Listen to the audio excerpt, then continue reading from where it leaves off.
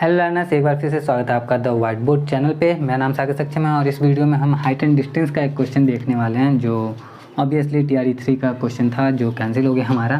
कोई बात नहीं, अब इसको देखते हैं क्वेश्चन कैसे सॉल्व करना है। एक छड़ की लंबाई उसकी परछाई की लंबाई का अनुपात, एक छड़ की लंबाई और उसकी परछाई की लंबाई का अनुपात 1:3 है।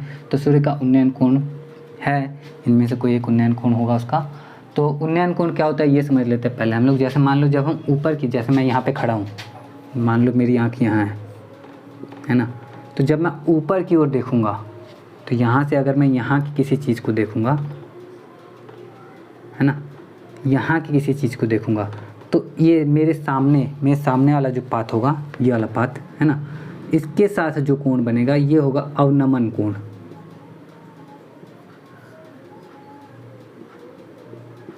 ठीक।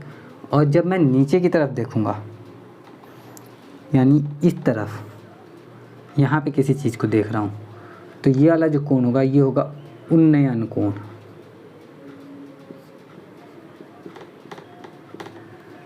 ठीक है। अब वो चलो अभी यहाँ पे आते हैं हम लोग, ठीक है, समझते हैं। तो जैसे ये एक छड़ है, ये इसकी परछाई है, इन दोनों का अनुपात 1:√3 का अनुपात है। और चूँकि परछाई, छड़ यहाँ है, परछाई यहाँ है, तो सूर्य यहाँ कहीं चमक रहा होगा, है ना। तो सूर्य ऐसे, ठीक। तो उन्नयन कोण, अब हमने कहा कि सूर्य का उन्नयन कोण बताना है हमें।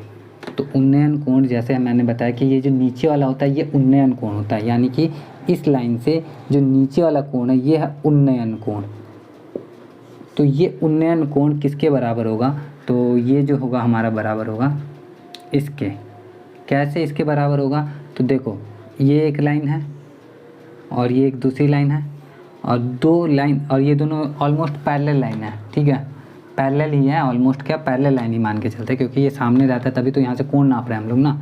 अब ये एक तिर्यक रेखा का काम कर रहा है, तो दो समांतर रेखाओं को, दो पैरेलल लाइंस को जब एक तिर्यक रेखा, मतलब एक तीसरी लाइन जब इंटरसेक्ट करती है दोनों को, तो वहाँ पे इस तरह से जो है ना कोण बनता है। जो ये दोनों कोण आपस में बराबर होते हैं, हिंदी में इसको एकांतर कोण कहते हैं, इंग्लिश में क्या कहते हैं मुझे पता नहीं। तो एकांतर कोण से ये दोनों क्या हो गए, आपस में बराबर हो गए, तो इस कोण को हम करते हैं थीटा। तो सूर्य का उन्नयन कोण यानी कि ये वाला कोण।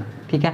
अब जब थीटा हमें मालूम है और कर्ण का कोई रोल नहीं है यहाँ पे, tan थीटा बराबर हमने ले लिया, tan थीटा बराबर लंब बटा आधार यानी कि 1/√3, जहाँ पे थीटा के सामने वाला लंब होगा और ये वाला आधार हो जाएगा, तो 1/√3। tan थीटा बराबर 1/√3। तो tan थीटा में किसकी वैल्यू 1/√3 होती है आप बताओ? अगर याद है तो ठीक है, मुझे यूजुअली याद नहीं रहता तो मैं sin थीटा cos थीटा करके कर लेता हूँ ऐसे कि sin 30 का वैल्यू होता है 1/2 और cos 30 का वैल्यू होता है √3/2।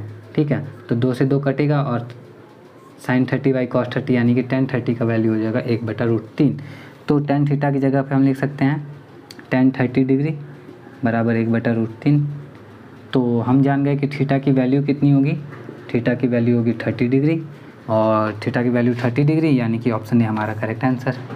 तो इस तरह से हम इस क्वेश्चन को सॉल्व कर लेते हैं। उम्मीद करता हूँ आपको समझ में आया होगा। अगर समझ में आया हो तो बताना ज़रूर कमेंट करके, और वीडियो अच्छा लगा हो तो लाइक भी ज़रूर करना। मैं मिलता हूँ आपसे नेक्स्ट वीडियो में, उसके लिए अपडेटेड रहने के लिए आप चैनल को सब्सक्राइब भी कर सकते हो। जय हिंद।